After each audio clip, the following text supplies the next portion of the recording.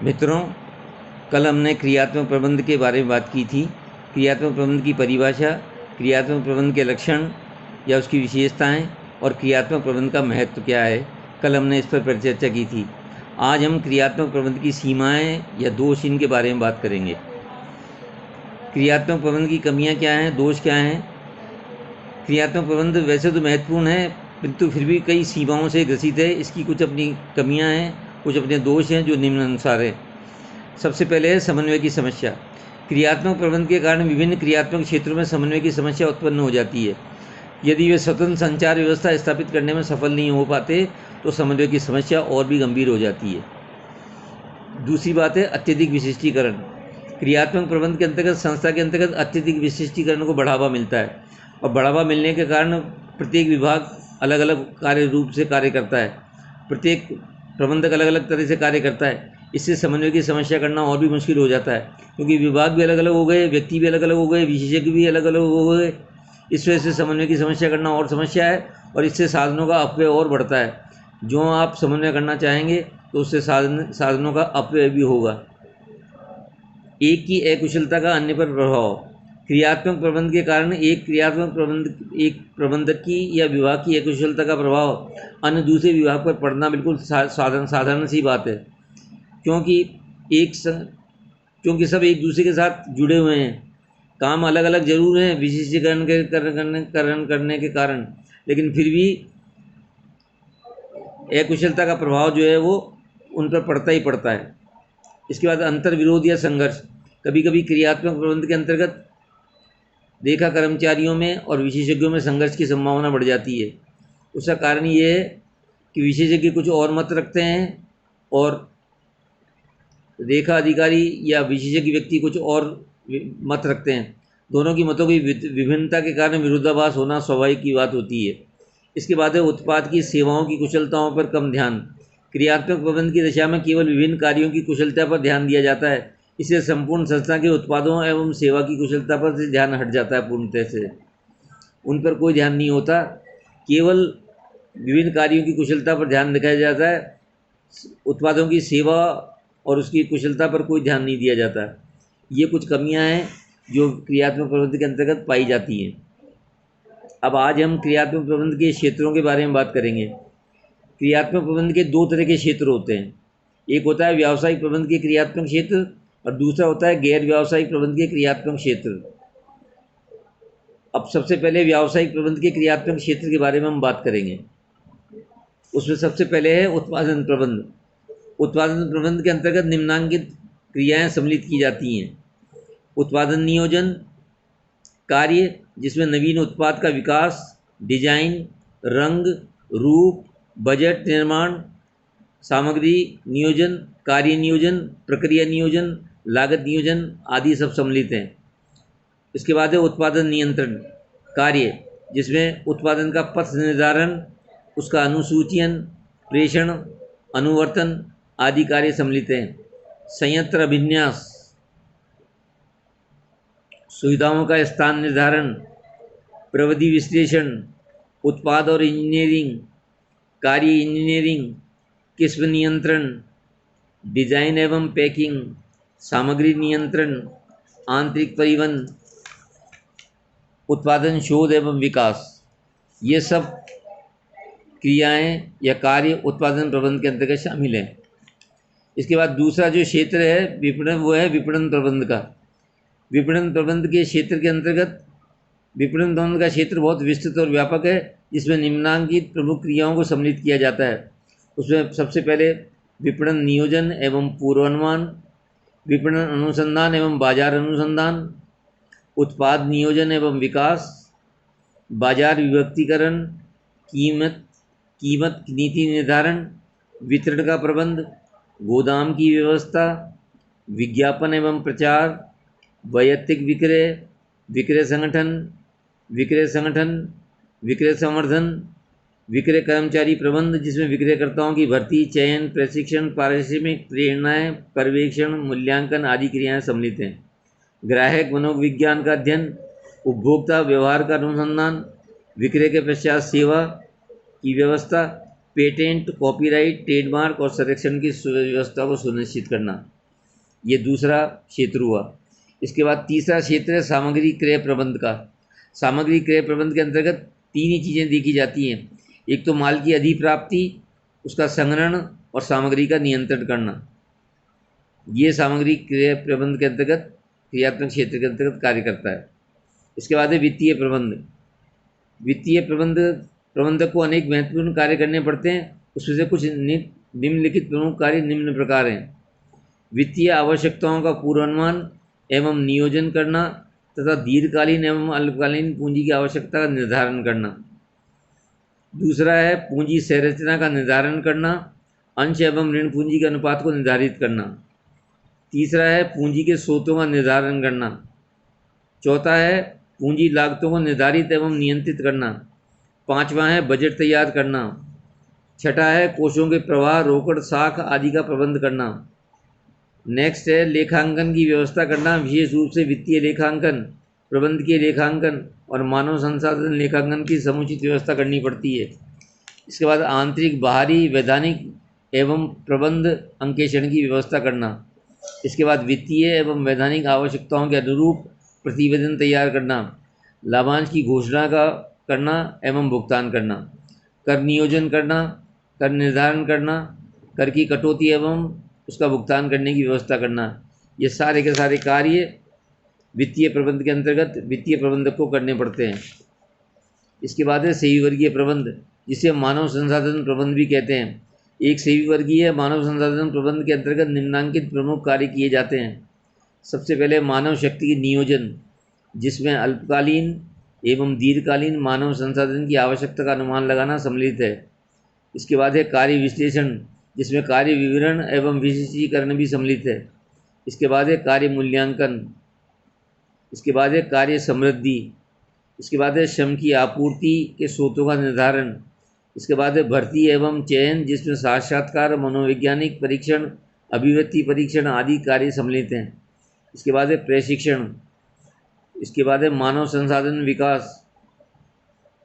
इसके बाद है पदोन्नति, पदावनति, जबरन छुट्टी, सेवानिवृत्ति और सेवा मुक्ति। 10वीं है मजदूरी एवं वेतन प्रशासन, जिसमें बोनस, लाभ सहभागिता, प्रेरणात्मक योजनाएं, अनुषंगी लाभ आदि क्रियाएं सम्मिलित हैं।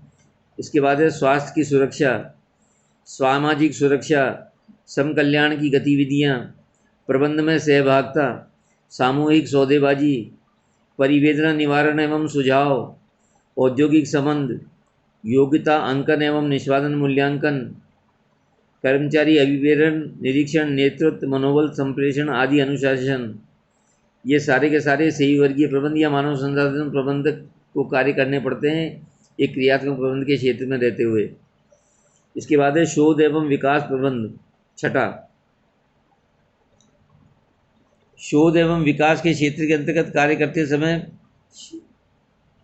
निम्नलिखित कार्य प्रबंध के क्षेत्र में सामान्यतः निम्नलिखित प्रमुख कार्य शामिल किए जाते हैं।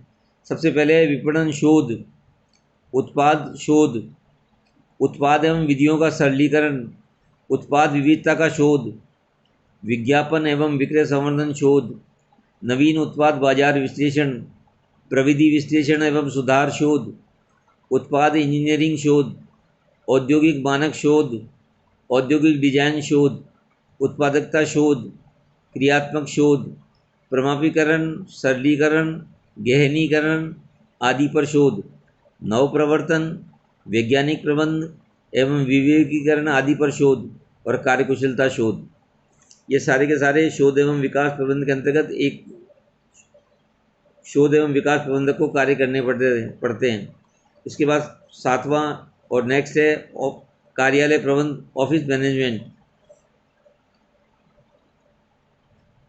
देखिए, कार्यालय बड़ी महत्वपूर्ण संस्था स्थान होता है। ये इसकी स्थिति ऐसी है जैसे घड़ी में कमाने की। एक कार्यालय प्रबंध के क्षेत्र में सामान्यतः निम्नांकित प्रमुख कार्य शामिल किए जाते हैं। नंबर 1, कार्यालय स्थान का चयन, कार्यालय की स्थापना करना, जिसमें कार्यालय अभिन्यास का निर्माण एवं सुसज्जा कार्य भी सम्मिलित है।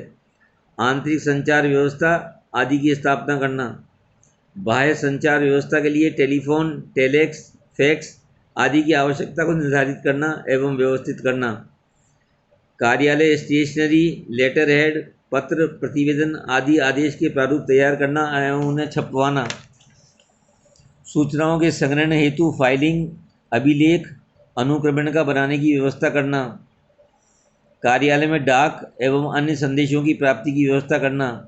कार्यालय यंत्रों की व्यवस्था करना। पत्रों प्रपत्रों को टंकण प्रतिलिपिकरण की व्यवस्था करना। पत्रों प्रपत्रों एवं अन्य सूचनाओं के संप्रेषण की व्यवस्था करना। कार्यों की विधियों, पद्धतियों, प्रणालियों को निर्धारित करना एवं उनका सरलीकरण करना। कार्यालय नियम एवं प्रणाली पुस्तिकाओं का कार्यालय मैनुअल को प्रकाशित एवं उपलब्ध करना। कार्यालय कार्यों के स्वचालन की सीमा को निर्धारित करना तथा कंप्यूटर एवं अन्य स्वचालित यंत्रों के उपयोग की सीमा निर्धारित करना। कार्यालय प्रतिवेदन की अवधि एवं विधि निर्धारित करना। कार्यालय के कामकाज के घंटे, अवकाश आदि के निर्धारित कार्य करना।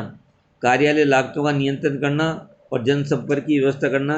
ये सारे के सारे काम कार्यालय प्रबंधक के अंतर्गत एक कार्यालय प्रबंधक को करने पड़ते हैं। इसके बाद है परिवहन प्रबंध। सामान्यतः परिवहन प्रबंध में निम्नलिखित प्रमुख कार्य किए जाते हैं। परिवहन संसाधनों की आवश्यकता का निर्धारण करना, परिवहन के विभिन्न साधनों के उपयोग की संभावनाओं का अध्ययन करना, जल, थल, नभ परिवहन साधनों में से आवश्यक एवं उपयुक्त साधनों का चुनाव करना, परिवहन साधनों के स्रोतों को निर्धारित करना, आंतरिक परिवहन की व्यवस्था करना, वाहनों के रखरखाव की व्यवस्था करना, वाहनों के उपयोग के लिए आवश्यक वैधानिक औपचारिकताओं को पूरा करना, वाहन चालकों की व्यवस्था करना, वाहन के लिए आवश्यक शक्ति साधनों की व्यवस्था करना। ये सारे के सारे कार्य परिवहन प्रबंधक को करने पड़ते हैं क्रियात्मक प्रबंधन के क्षेत्र के अंतर्गत।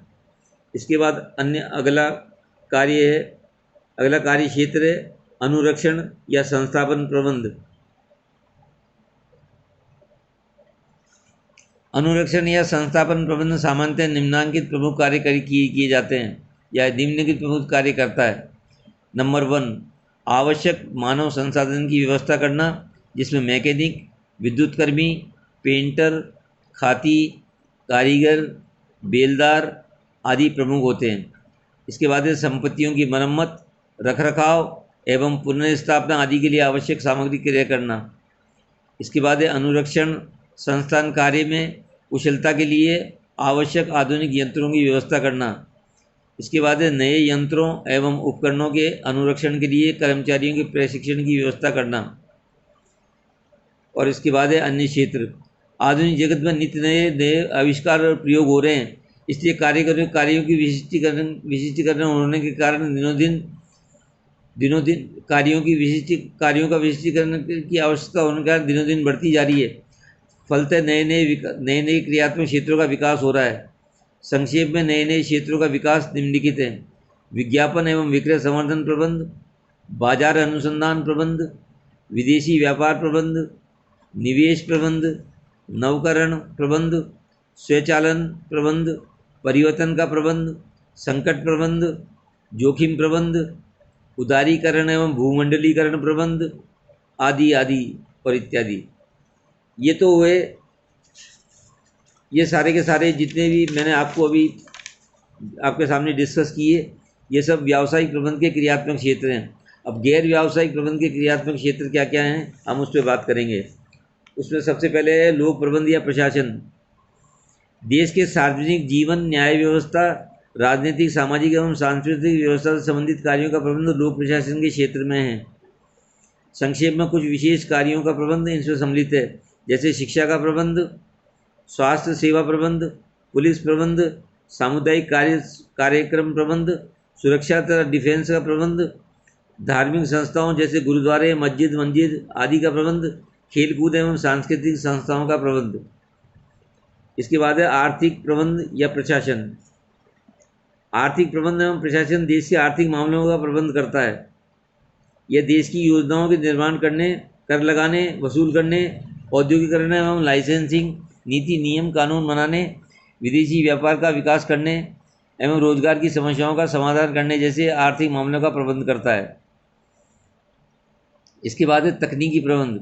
ये यंत्रों के शोध एवं तकनीकी विकास के आयात, तकनीकों के अपनाने एवं स्वदेशीकरण करने तथा तकनीकी शिक्षा के विस्तार आदि के प्रबंध से संबंधित कार्यों का प्रबंध करता है।